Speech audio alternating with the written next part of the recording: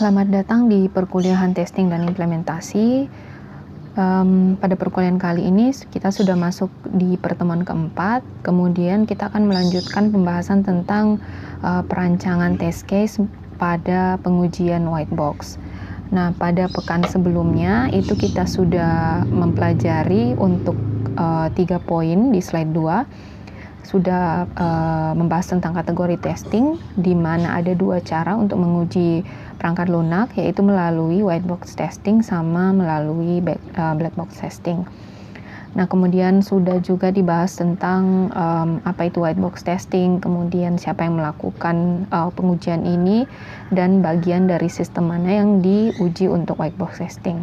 Nah, kemudian sudah juga dijelaskan tentang salah satu metode perancangan test case pada white box testing yang bernama basis path testing. Nah, pada pertemuan kali ini kita lanjut ke metode perancangan testing yang 3 poin di bawahnya. Yang pertama ada conditional testing, ada data flow testing, sama ada looping testing.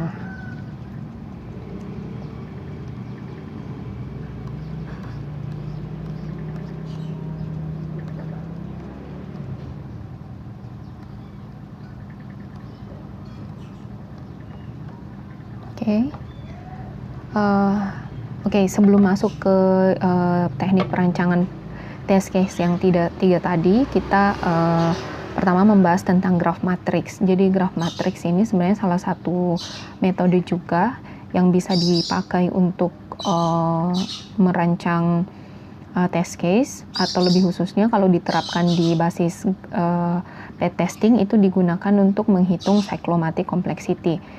Kalau yang pertemuan sebelumnya kita sudah belajar 3 cara untuk menentukan independent path pada flow graph, di mana ini bisa nanti digunakan untuk mengetahui berapa maksimum independent path atau berapa independent path yang paling banyak yang ada di flow graph yang bisa dijadikan panduan untuk merancang test case. Nah, graph matrix ini jadi metode keempat yang bisa digunakan untuk menghitung cyclomatic complexity tersebut. Nah, itu hanya salah satunya. Graph matrix sebenarnya juga bisa digunakan untuk merancang test case. Tapi dasar untuk merancang test case dari graph matrix ini harus sama-sama dengan basis path testing, di mana harus dibuatkan terlebih dahulu flow graph dari algoritma atau potongan kode program yang akan diujikan. Nah, di sini di poin pertama bisa dikatakan di situ bisa dilihat bahwa dia membantu dalam basis path testing. Nah, ini khususnya untuk menentukan tadi independent path. Kemudian graph matrix ini apa? Jadi dia dalam bentuk matriks 2 dimensi, atau bisa dikatakan seperti sebuah tabel di mana ada baris dan kolom. Kemudian setiap baris dan kolomnya itu diisi dengan node yang ada di flow graph. Jadi kalau misalnya pakai contoh kasus yang pertemuan sebelumnya, di mana di situ flow graph-nya ada 11 node, maka graph matrix dari flow graph tersebut itu nanti dimensinya 11 kali 11. Jadi ada 11 baris dan kemudian ada 11 kolom. Sepertinya 11, 13. Oke, 13. Berarti ada 13 baris dan ada 13 kolom. Nanti untuk contoh yang ada di sini itu saya gunakan flow graph yang lebih sederhana, yang nodenya lebih sedikit supaya lebih gampang difahami. Nah, kemudian kalau dalam representasinya dalam matriks atau bisa dikatakan dalam tabel, nah itu kan pasti setiap selnya itu ada isiannya. Nah, untuk graph matrix, apa yang menjadi isian dari sel tersebut itu adalah koneksi antar node atau edges-nya, atau sisi dari yang menghubungkan satu node dengan node yang lain. Contohnya seperti apa representasi graph matrix ini? Bisa dilihat di slide 26. Nah, di situ contohnya ada flow graph dengan 5 node, dan kemudian ada 4, 5, 6, 7, ada 7 edge atau sisi yang menghubungkan tiap graph. Nah, kalau direpresentasikan dalam graph matrix, kira-kira representasinya seperti pada matriks yang ada di sebelah kanan. Nah, bisa dilihat di situ yang menjadi barisnya di awal keterangannya adalah node. Jadi nodenya ada 5, nanti ada 5 baris, kemudian nodenya ada kolomnya juga ada 5, yang itu menandakan bahwa node mana terkoneksi dengan yang mana. Jadi contohnya di sini kita bisa lihat node 1 terkoneksi dengan node 3.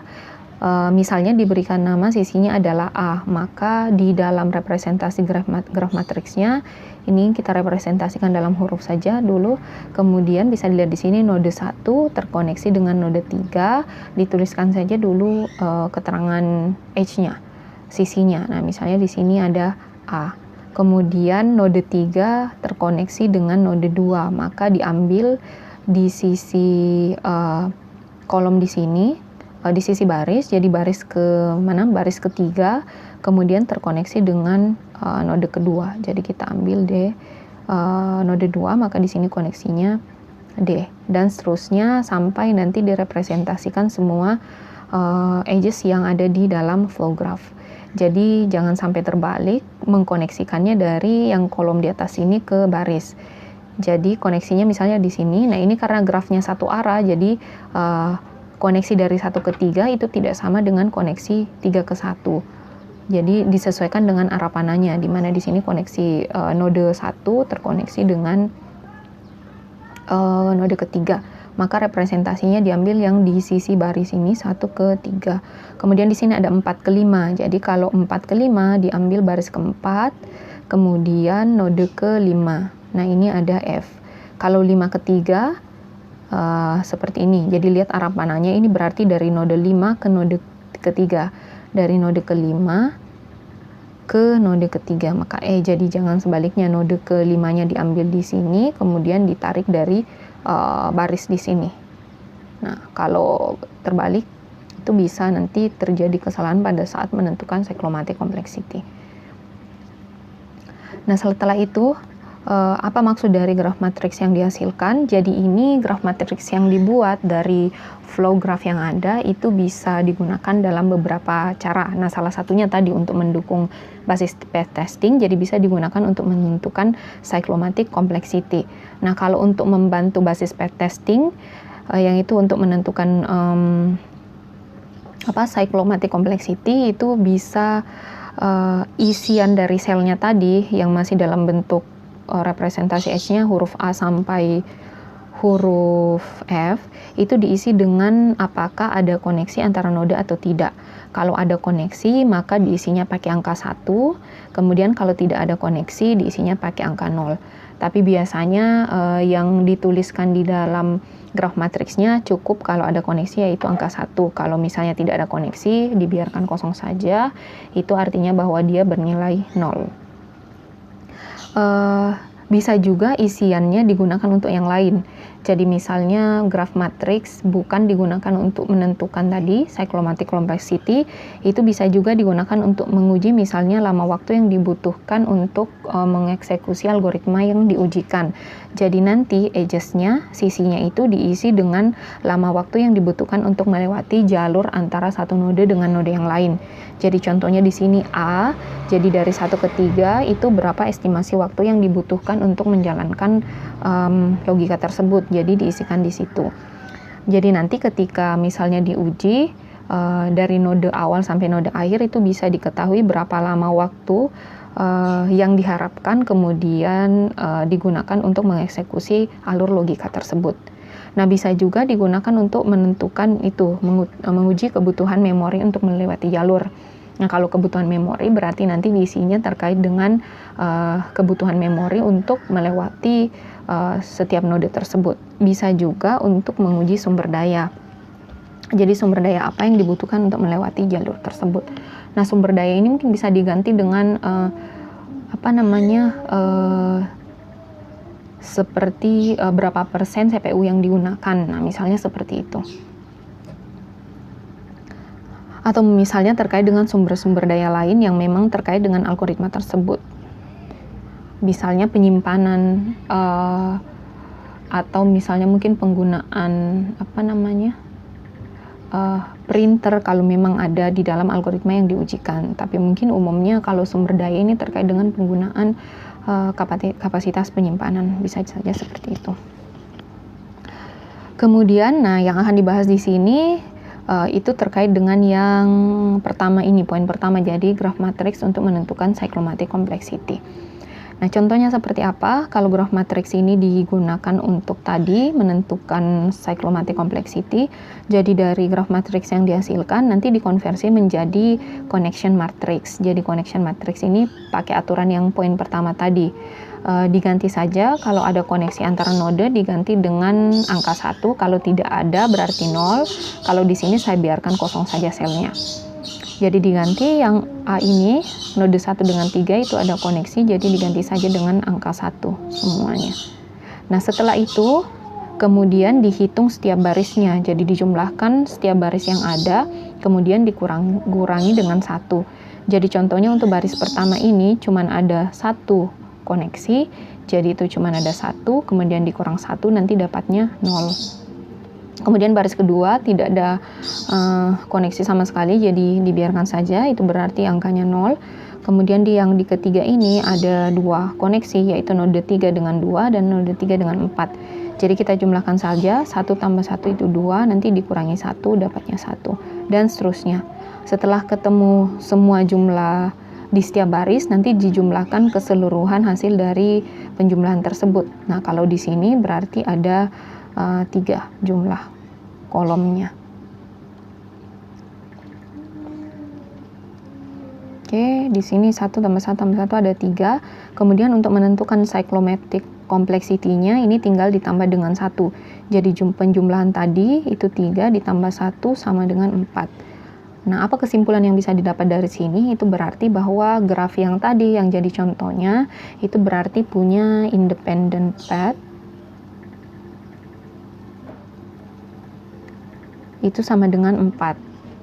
Jadi kalau kita mau rancang test case untuk flow graph tadi, representasi flow graph tadi, ya berarti ada 4 test case yang mungkin. Nah, seperti itu. Oke. Sebenarnya dari connection matrix ini kita bisa melihat path yang mana yang kemudian jadi independent path. Nah, caranya tinggal dilihat saja koneksinya. Jadi tanpa melihat flow graph-nya pun bisa ditentukan di sini. Nah, misalnya untuk path yang pertama yang akan dijadikan rancangan test case itu ada 1. Ini mulai dari 1, kemudian ketiga. Nah, seperti itu. Dari 3 kita lihat apakah ada koneksi lain yang menyambung ke 3. Jadi di sini ketiga ada 2. Nah, berarti 1, 3, 2, kalau 2 kan tidak ada koneksinya berarti berakhir di situ. Kemudian path 2 itu ada 1, 3, kemudian kita ambil di sini ada 4. Nah, kita lihat ke baris keempat apakah ada koneksi di node lain. Nah, berarti ada ini 2, kalau 2 selesai di situ. Kemudian path 3 itu ada 1, 3, 3, kemudian 4. Di 4 ada koneksi dengan node 5, kita lihat di node 5, oke, ada koneksi dengan 2. Oke, kemudian di path 4 itu nanti kita pakainya yang kembali ke 3, berarti 1, 3, 4, 5, 2, kemudian dari bukan 2, ini 3 berarti. Nah, dari 3 ini kan kita tinggal pilih salah satunya, apakah kita mau lanjut 3, 2 dan seterusnya atau 3, 4. Nah, itu dipilih salah satu saja, jadi bukan independent path yang terpisah, karena untuk jalur yang 3, 2 dan 3, 4 ini sudah melalui pengujian di path 1 sama path 2, jadi tinggal pilih salah satunya saja. Nah, di sini saya kasih pakai titik-titik saja. 1, 3, 4, 5, 3, mau pakai 3, 2 atau pakai 3, 4, 2. Nah, itu yang mana saja boleh.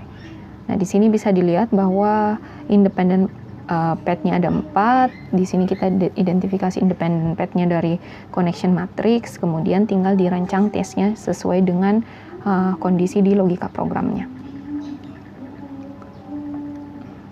Oke.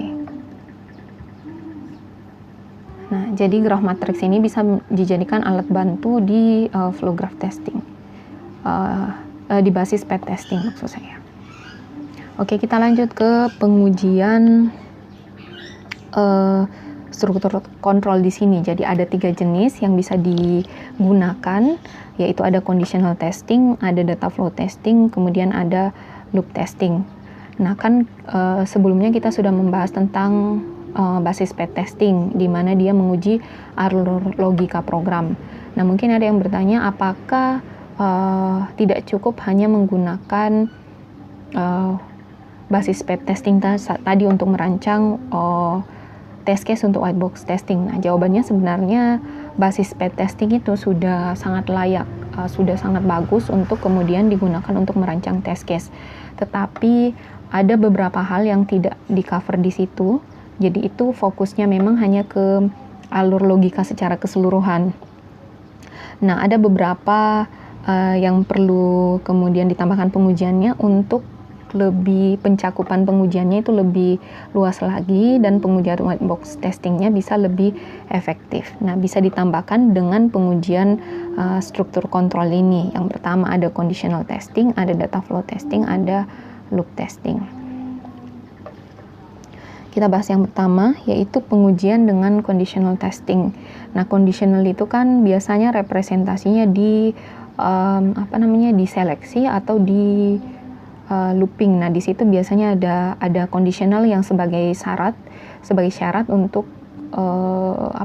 struktur seleksinya atau struktur perulangannya. Nah, yang diuji itu adalah kondisinya. Jadi bukan secara garis besar seperti yang ada di basis path testing, yaitu struktur kode yang ada di dalam if atau struktur kode yang ada di dalam loopingnya, jadi lebih ke kondisinya di atas. Nah, di sini ekspresi relasionalnya atau kondisi logisnya. Nah, contohnya yang ini, jadi ada S1, operasi relasional, dan E2.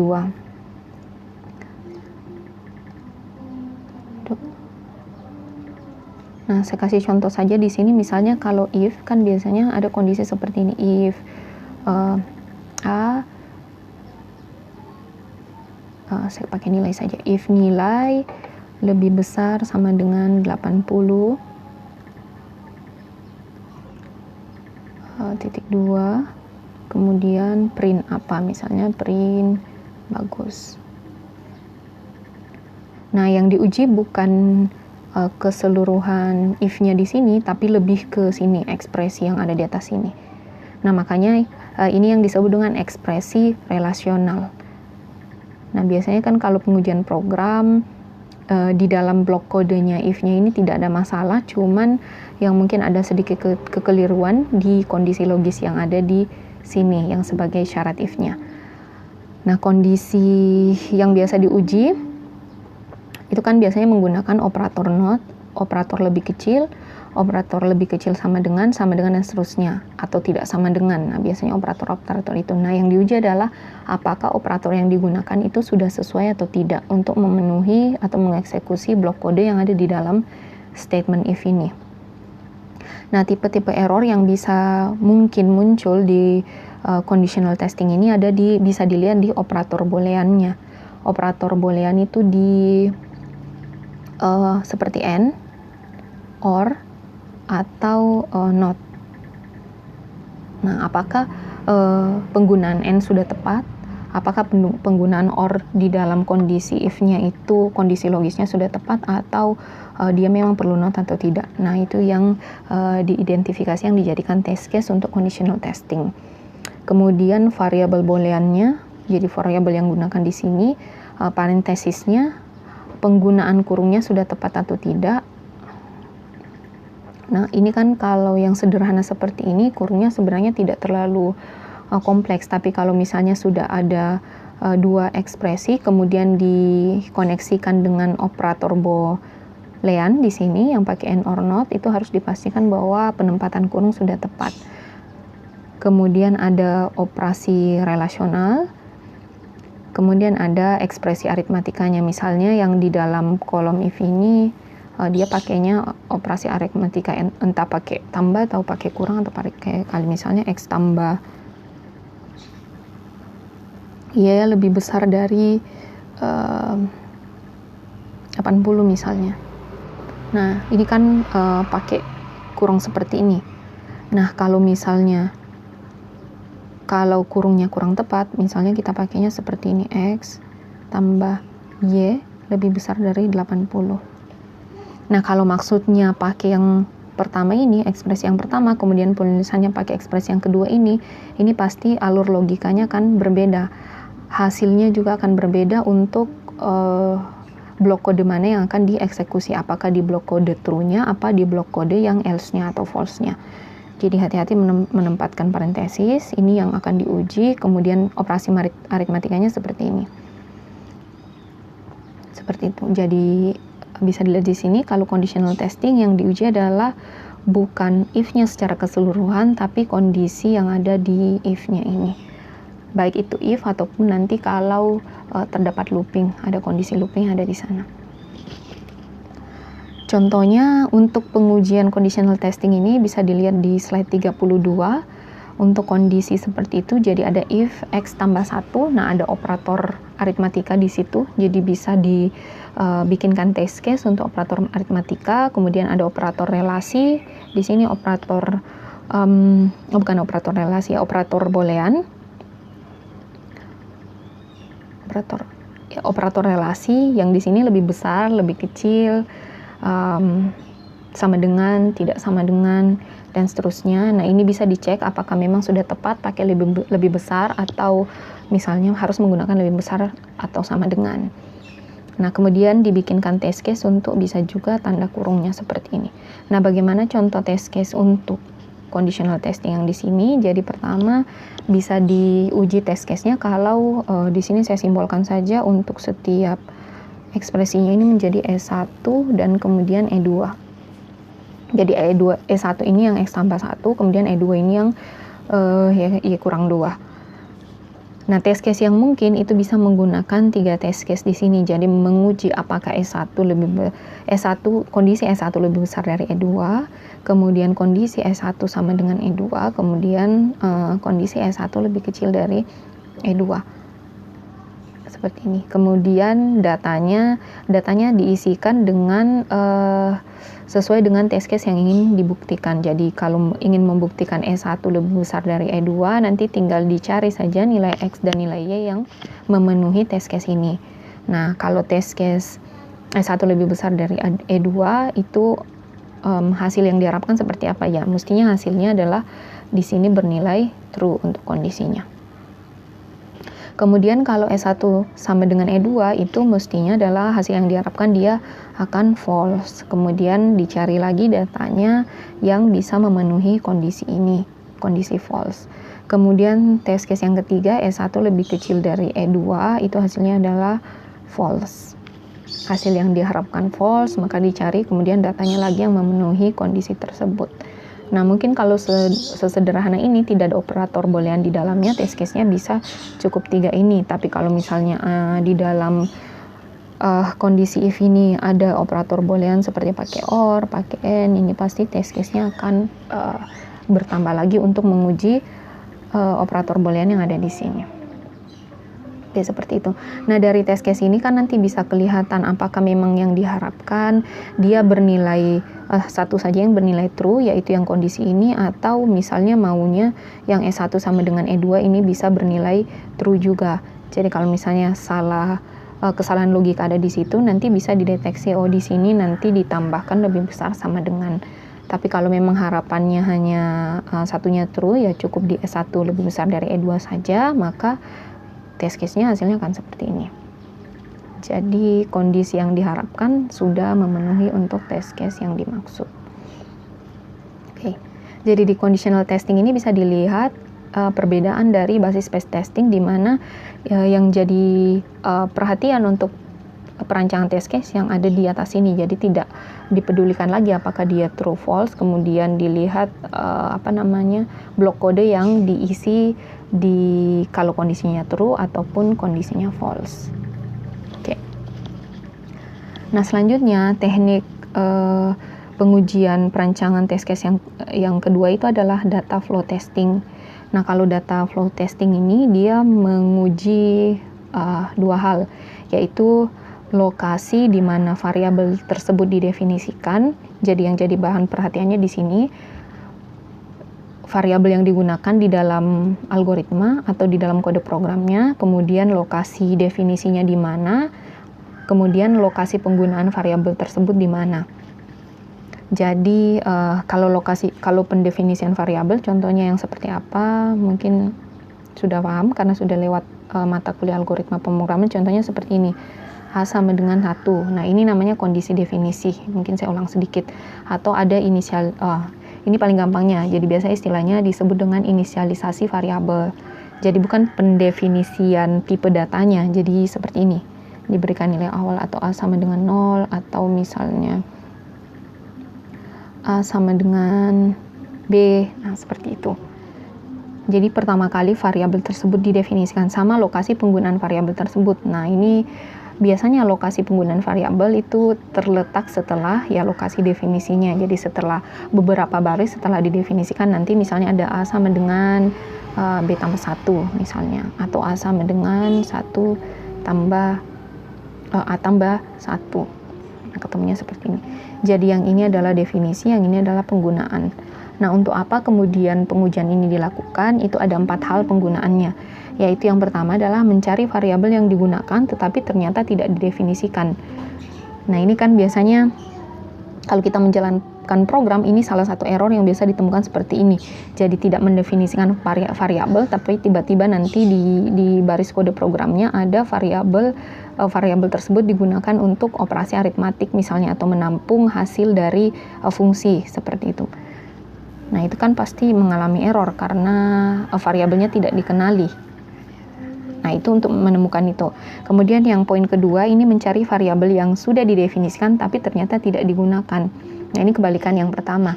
Jadi sudah misalnya ditentukan tipe datanya, sudah inisialisasi seperti ini, tapi ternyata di dalam alur logikanya itu tidak digunakan. Ini sebenarnya kalau yang seperti ini biasanya tidak akan menampilkan pesan error, tapi bermasalahnya di mana? Bermasalahnya adalah di penggunaan memori. Jadi pada saat kita inisialisasikan variabel, kemudian programnya dijalankan, variabelnya kan itu pasti mengalokasikan atau meminta tempat di memori perangkat kita. Nah, kalau misalnya dia sudah programnya dijalankan, kemudian dialokasikan tempat di memori tapi tidak digunakan, ini kan menyia-nyiakan sumber daya.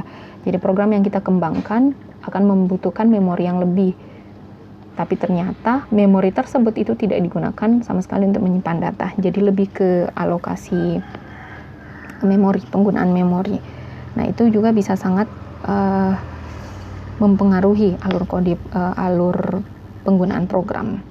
Nah, untuk yang poin 2, kemudian ada poin yang ketiga, dia mencari variabel yang didefinisikan lebih dari 1 kali sebelum digunakan. Nah, jadi kan pendefinisian variabel sebenarnya kan cukup sekali saja seperti ini. Nah, nanti tinggal penggunaan variabelnya di baris-baris selanjutnya.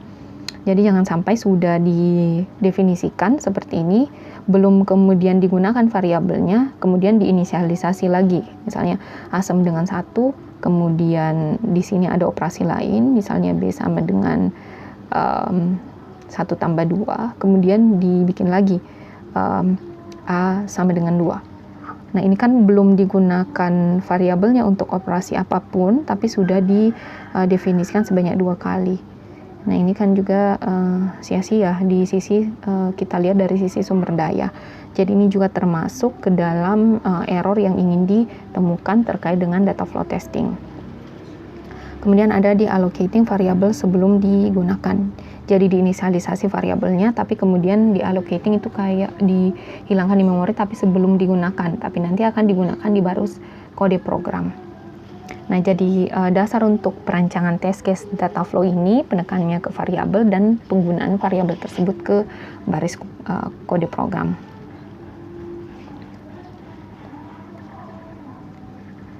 Nah, bagaimana contohnya? Jadi data flow testing itu juga menggunakan flow graph dari alur logika yang digunakan.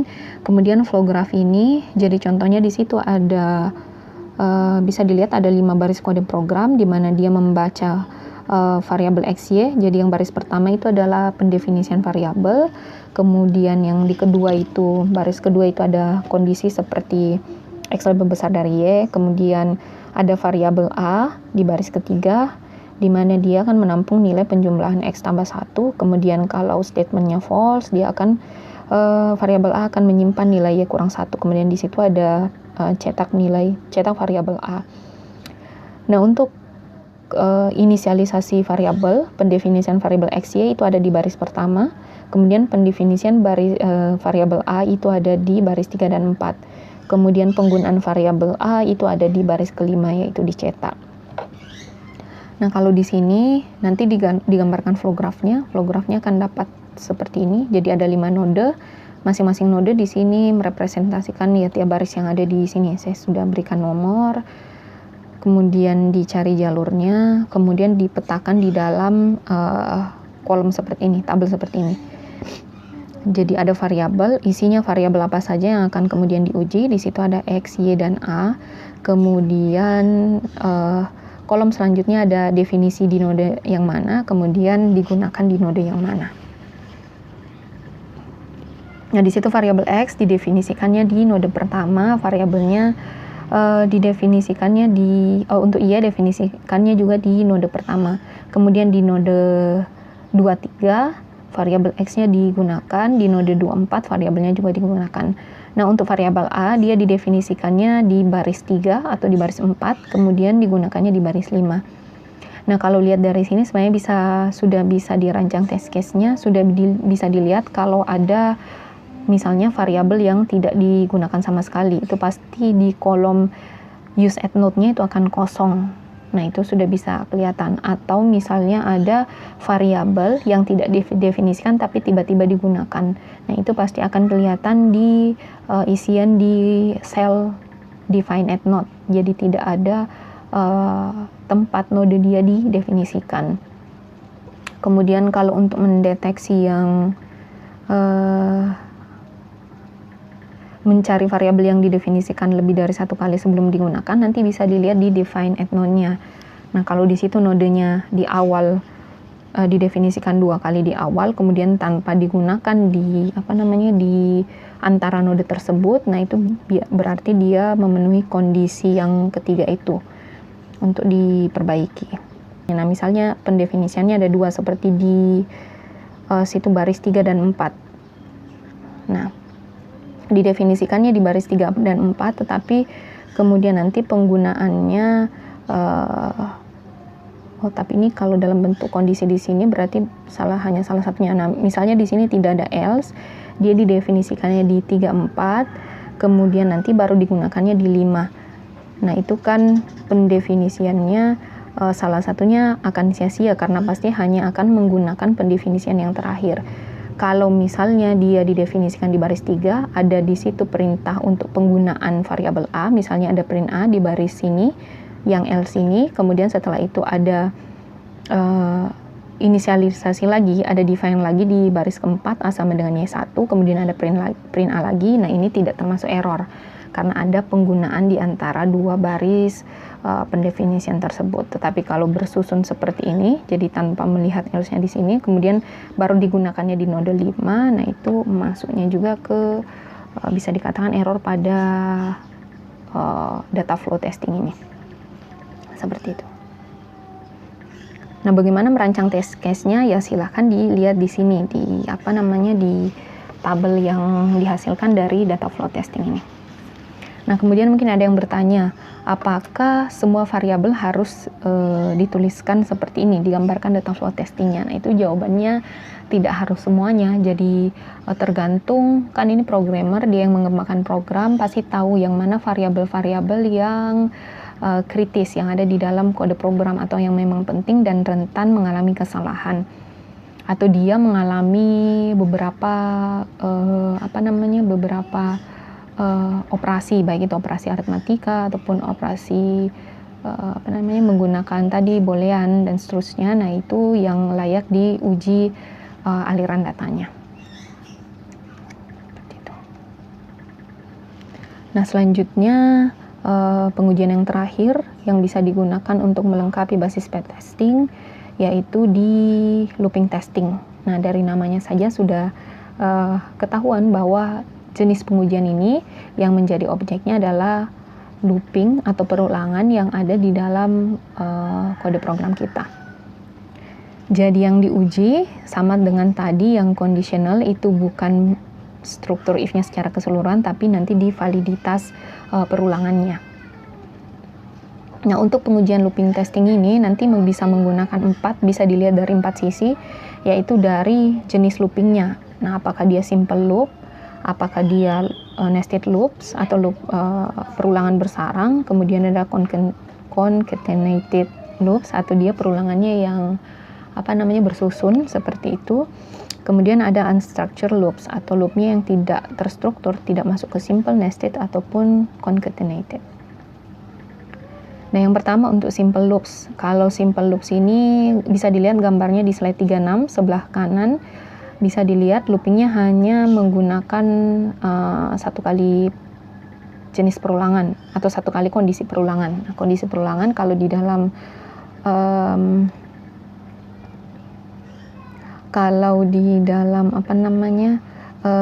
flowchart seperti ini tuh digambarkannya pakai belah ketupat seperti ini. Nah, ini contohnya, bisa simple loop yang seperti ini prosesnya, atau kalau ini berarti dia while. Ya, lebih ke while. Kalau ini perulangannya ditentukan di bawah itu until, repeat until. Nah, ini adalah simple loop, jadi hanya satu kondisi perulangan yang dipenuhi untuk melakukan perulangan. Nah, bagaimana merancang test case untuk looping yang seperti ini? Jadi ini minimum ada 5 test case yang dibuat. Yang pertama, test case untuk dilompati saja loopnya, jadi tidak terjadi iterasi. Itu artinya kondisi di perulangannya itu tidak terpenuhi, jadi dirancang test case-nya. Misalnya loopingnya seperti ini, while di sini saya kasih nilai sama dengan 0, while nilai lebih besar dari lebih kecil dari 5. Terus ada blok perulangan. Nah, kalau menggunakan lompati loop ini berarti nanti dipilih test case dengan nilai di sini bernilai false. Nah, jadi langsung bernilai false. Misalnya nilainya dikasih 6. Nah, seperti itu. Jadi untuk test case yang pertama. Kemudian loop hanya satu iterasi. Jadi dibuat test case-nya, loopingnya hanya satu iterasi saja. Nah, kalau satu iterasi mungkin di sini bisa dipakai nilai 4. Jadi hanya true-nya satu kali. Kemudian dicoba untuk loopingnya 2 kali. Jadi 2 kali true kondisinya. Kemudian loopingnya m kali, di mana m lebih kecil dari n. Jadi n ini adalah batas perulangan. Batas perulangan. Nah, kalau di sini berarti n-nya adalah 5 ini. Kalau nilainya dimulai dari 0, itu berarti akan berulang 5 kali. Nanti tinggal dipilih, misalnya menggunakan m-nya adalah 3. Nah, jadi berulangnya itu adalah 3 kali. Jadi 0, 1, 0, 1, 2. Nah, ini berulangnya 3 kali. Jadi pertama dicoba false, kemudian true-nya 1 kali, untuk perulangan true-nya 2 kali. Nah, misalnya diuji untuk true-nya 3 kali. Jadi 3 kali berulang. Yang penting lebih kecil dari maks iterasi. Kemudian yang paling terakhir itu adalah dibuatkan test case untuk menguji n-nya ini, jadi jumlah akhir perulangan. Nah, itu biasanya kan errornya untuk kondisi perulangan itu di batasan akhir ataupun batasan di awal. Nah, untuk batasan akhir diuji kalau n-nya kurang 1, kalau n dan batasnya n tambah 1. Jadi n kurang 1 diuji untuk kalau n-nya dipakai 4, n-nya berarti untuk 5, kemudian diuji perulangannya sampai 6 seperti ini. Nah, ini kan mestinya kalau 4 itu true, kalau n ini masih dia akan berjalan, kalau n ini mestinya dia akan berhenti untuk perulangan yang n tambah 1. Nah, seperti itu. Jadi diuji untuk 4 kali iterasi, untuk kondisi ini diuji untuk 5 kali iterasi, kemudian diuji kalau misalnya di inisialisasi nilainya ini sampai 6, jadi 6 kali iterasi. Nah, mestinya kalau benar iterasi yang pada saat ke-6 ini tidak akan dijalankan karena tidak memenuhi kondisi. Nah, seperti itu. Oke, itu kalau simple loop. Nah, contohnya yang ini misalnya di slide 37. Jadi kalau di slide 37 ini mau dirancang test case-nya. Nah, untuk potongan kode program yang ada di slide 37 ini dia akan mencetak nilai 6, nilai number. Jadi kalau dimulai dari 1, kalau misalnya kita mau tulis outputnya Ini dia akan seperti ini, 1, 2, sampai dengan 10. Nah, 6++ ini mungkin yang tidak familiar dengan tapi saya rasa sudah ikut perkuliahan OOP semua ataupun C++. Nah, ini sama dengan seperti ini. Jadi ini operator increment. Ya, saya hanya mengulang sedikit. Jadi 6 itu adalah 6 sama dengan 6 tambah 1. Jadi ini yang memastikan bahwa perulangannya nanti akan berhenti. Jadi incrementnya. Nah, akan seperti ini. Nah, kalau tidak ada ini pasti perulangannya akan terus dilakukan karena nilai 6-nya 1 terus. Jadi kondisinya akan terpenuhi terus. Nah, ini kan kalau pakai simple loops nanti dirancang test case-nya pertama kalau ini bernilai false. Nah, jadi false. Kemudian ini berarti tidak terjadi perulangan, tidak berulang. Kemudian kalau menggunakan datanya berarti pakainya nanti seperti ini, 6 sama dengan 11. Nah, ini pasti tidak berulang langsung. Kemudian kondisi yang kedua, test case yang kedua adalah berulangnya 1 kali. Kalau berulangnya 1 kali berarti ini saya tuliskan begini saja terus 1 kali. Seperti ini saja. 6 bernilai terus 1 kali. Nah, ini penulisan test case-nya itu semaunya kalian, yang penting gampang dipahami. Jadi bahasanya tidak harus ikut yang seperti yang saya tuliskan. Jadi misalnya mau dibahasakan pakai bahasa tertentu, mau di tekstualkan, dituliskan dalam bentuk kalimat juga boleh. Nah, di sini saya menggunakan persamaan seperti saja. 6 kecil 0 sama dengan terus 1 kali.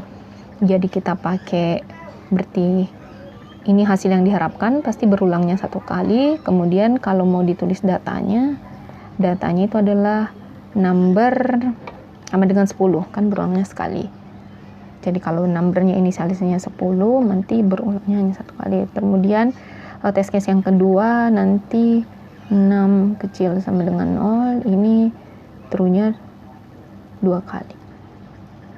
Jadi hasil yang diharapkan dia berulang 2 kali. Nanti data yang digunakan adalah 6 sama dengan, kalau mau berulang 2 kali berarti dimulai dari 9. Nanti ada 9, kemudian 10. Kemudian berulang di titik tadi di antara perulangan lainnya. Misalnya kita mau ambil 6 kecil sama dengan 10, true-nya 4 kali. Nah, itu berarti berulang 4 kali.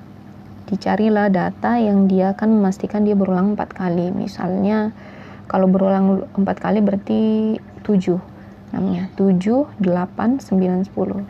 Nah, selanjutnya pakai yang tadi, yang paling terakhir, memastikan yang batas ada di sini. Jadi itu akan mencoba 3 hal, yaitu saya tuliskan saja datanya. Kalau dia tadi n kurang 1, kalau n kurang 1 berarti numbernya n kurang 1 9 berarti. Oke, 9. Kemudian kalau perulangannya 10, ini sama dengan n. Kalau numbernya nanti batasnya 11. Oke, yang dirubah di sini namanya 11. Nah, pada saat ke-11 apakah dia berhenti atau tidak? Nah, seperti itu. Nah, ini untuk simple loop. Jadi yang jadi test case-nya adalah yang 5 poin tadi. Oke, bisa dilihat di sini. Jadi yang diuji lebih ke kondisi yang ada di atas ini, kondisi yang mungkin. Nah, untuk nested loop ini ada loop bersarang. Biasanya dikatakan looping di dalam looping. Implementasi yang paling gampang dari loop itu adalah biasanya kalau untuk mencetak matriks 2 dimensi. Nah, itu kan biasanya harus pakai nested loop. Nah, bagaimana cara menguji nested loop ini?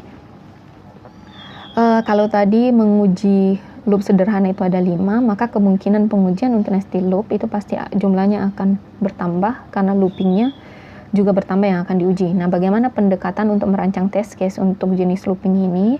Jadi yang pertama di situ ada aturan di slide 38, bisa dilihat yang akan diuji itu adalah mulai dari looping terdalam. Jadi kalau misalnya looping dalam loopingnya itu ada 2 loop, maka looping yang diuji pertama adalah looping yang paling terdalam dari looping tersebut. Jadi bukan looping yang pertama kali, jadi looping yang paling terakhir kali dibuat. Nah, seperti itu. Kemudian looping lainnya itu dikasih nilai minimum saja. Jadi kalau ada 2 looping yang paling luar cukup 1 kali berulang saja. Karena kalau tidak berulang otomatis yang looping di dalamnya itu tidak akan jalan. Jadi cukup 1 kali looping. Nanti yang diuji pertama kali adalah looping yang paling dalam. Kemudian loop yang paling dalam itu mengujinya bagaimana. Jadi dibuatkan test case seperti pada simple loop tadi. Jadi ada 5 test case untuk menguji tadi looping yang paling dalam. Kemudian selanjutnya seperti apa? Selanjutnya adalah setelah menguji looping yang paling dalam, kembali lagi ke looping yang ada di atasnya. Jadi looping yang sebelum itu, looping terluar. Nah itu kemudian diujinya pakai tadi analogi simple loop lagi. Kemudian dilanjutkan seterusnya sampai semua loop telah diuji. Jadi kalau hanya ada 2 looping untuk looping bersarangnya, berarti pengujian pembuatan simple loopnya cukup 2 kali saja. Nah, misalnya di sini saya kasih contoh di slide 39, di situ ada looping bersarang. Ada 2 looping sama-sama menggunakan perulangan for. Nah, yang mana tadi yang dikatakan looping paling dalam? Nah, yang ini. Nah, jadi dimulainya dari looping yang ada di sini. Saya kasih nomor baris supaya gampang. 6. Nah, ini maksudnya kurung kurawal ini adalah simbol begin. Nah, yang ini simbol stop. Oke. Nah, jadi pengujiannya tadi aturannya adalah mulai dari yang sini. Nah, perulangan yang ini. Cara membuat test case-nya ya cukup pakai yang aturan tadi simple loop. Nah, kemudian untuk aturan ini, kalau kita buat test case-nya kan otomatis yang di atas juga ini harus memenuhi kondisinya. Jadi tadi dikatakan bahwa dia cukup yang paling minimum. Jadi cukup menggunakan 1 kali looping untuk yang kondisi paling luar. Nah, kalau kita mau tuliskan datanya, berarti kalau kita mau ini cuman berulang 1 kali, jadi nilai I-nya kita kasih 2. Nah, karena tabelnya ini nilainya 2 kan di sini. Oke. Jadi I-nya cukup digunakan data 2 juga, 2 kecil sama dengan 2 itu dia akan 1 kali berulang saja. Kemudian nanti ya di sini 5 untuk 5 ini kita gunakan tadi analogi yang simple loop pakai 5 kondisi. Jadi datanya misalnya nanti tidak akan berjalan. Kalau tidak akan berjalan di sini maksimum 5, jadi inisialisasi J-nya itu adalah menggunakan 6. Itu test case pertama. Kemudian test case yang kedua, I sama dengan 2, gunakan J-nya yang sama dengan 5. Jadi hanya 1 kali true dan seterusnya. Nah, setelah membuat rancangan test case untuk simple loop yang ada di sini, kemudian tadi aturannya kembali ke loop yang di luarnya lagi, yang ini. Nah, diuji yang ini saja. Jadi diuji yang for ini untuk 5 kondisi simple loop. Nah, seperti itu. Kalau ada lagi di luarnya ini kondisi bersarang, ya diuji lagi yang di luarnya pakai kondisi simple loop. Nah, seperti itu. Jadi kalau di sini ya kira-kira test case-nya kan ada, kalau 2 seperti ini ada 10 test case yang mungkin dibuat. Oke. Nah, kemudian ada jenis looping yang selanjutnya, ada concatenated loops. Nah, gambarannya kira-kira seperti ini. Jadi loopingnya bersambung, jadi bukan bersarang, bukan looping di dalam looping, tetapi ada perulangan, kemudian dilanjutkan dengan kondisi perulangan lain. Nah, untuk jenis yang concatenated loop ini itu ada 2 jenis, ada yang dia independen. Jadi loopingnya tersebut memang bersusun, tetapi tidak saling mempengaruhi kondisi satu sama lain. Jadi kalau dilihat mungkin tidak ada variabel yang saling mengikat untuk kondisi perulangannya tercapai. Nah, kalau loop terikat atau yang saling berpengaruh, jadi bersusun juga seperti ini, tapi dia terikat karena looping yang ada di bawahnya itu menggunakan variabel yang dihasilkan dari looping sebelumnya. Nah, itu analoginya akan sama dengan si nested loop tadi yang dibahas sebelumnya. Jadi kalau jenis yang concatenated loop ini dia yang simple loop, yang maksudnya tidak ada keterkaitan antara looping pertama dan looping kedua, nanti perancangan test case-nya pakai yang simple loop, cara simple loop. Jadi simple loop yang pertama, kemudian pakai simple loop yang kedua. Nah, kemudian kalau dia termasuk yang looping terikat, jadi menggunakan cara perancangan test case yang ada di nested loop. Nah, itu dia. Nah, di slide 41, kalau mungkin ada yang masih bingung ini perbedaannya di mana. Jadi bisa dilihat di slide 41 yang kotak di sini itu adalah concatenated loop, tapi dia yang independent atau berdiri sendiri. Nah, di sini kan ada looping yang saling berurut penggunaannya. Tapi kita bisa dilihat yang di atas kan variabelnya dia hanya pakai 6 saja. Nah, yang di bawah itu tidak pakai ada variabel J, kemudian ada variabel I, tapi tidak ada kemudian variabel yang mendukung perulangan ini yang diproses di looping pertama.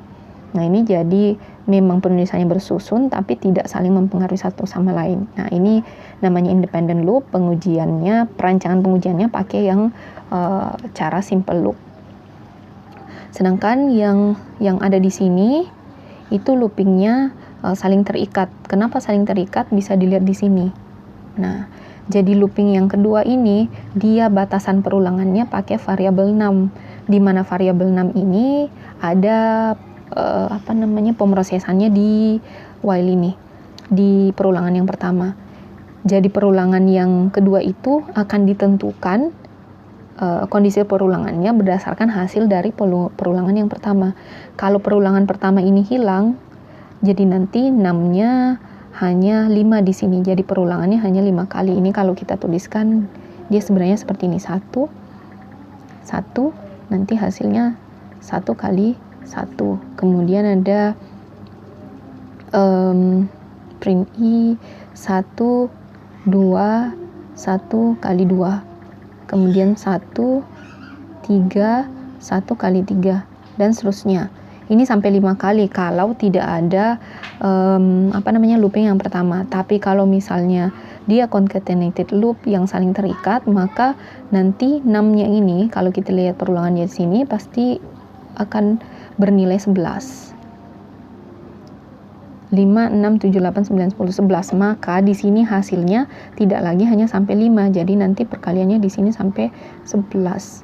1 kali 11. Nah, ini kan perulangannya saling terikat satu sama lain. Nah, kalau ini nanti prinsip pengujiannya pakai yang nested loop tadi. Kalau nested loop, kemudian yang mana dijadikan looping terdalam? Nah, yang ini berarti yang perulangan kedua. Oke. Nah, test case-nya ya nanti disesuaikan dengan yang tadi analoginya. Nah, kemudian yang keempat ini adalah unstructured loop. Jadi ini loopnya mungkin kalau di sini gambarannya bisa dilihat di slide 42 itu ada 4 looping ya, ada 4 perulangan, ada kondisi 4 perulangan. Nah, ini yang disimbolkan dengan belah ketupat. Cuman kalau bisa dilihat di sini dia sepertinya alurnya ini agak kompleks seperti ini dan susah dipahami. Jadi loopingnya akan kembali di kondisi looping yang mana, ini juga akan sulit dilihat seperti ini. Kalau misalnya yang sebelum-sebelumnya ini kan jelas alur logikanya. Nah, kalau yang unstructured loop seperti ini, bagaimana teknik pengujiannya? Pengujiannya itu ya cukup merancang ulang loop agar lebih terstruktur. Nah, misalnya kalau 4 loop ini kalau memungkinkan dijadikan 2 loop bersarang, itu akan lebih terstruktur lagi, akan lebih baik. Jadi dicari ulang logikanya atau alur penulisan programnya agar dia menjadi loop yang terstruktur, baik itu mau jadi simple loop, mau nested loop, ataupun yang concatenated loop. Oke. Nah, itu tadi penjelasan tentang 3 teknik pengujian white box, perancangan test case white box yang lainnya selain basis path testing. Nah, untuk perancangan test case di white box testing ini materinya cukup sekian. Jadi kita sudah mempelajari 4 teknik untuk merancang test case di white box testing.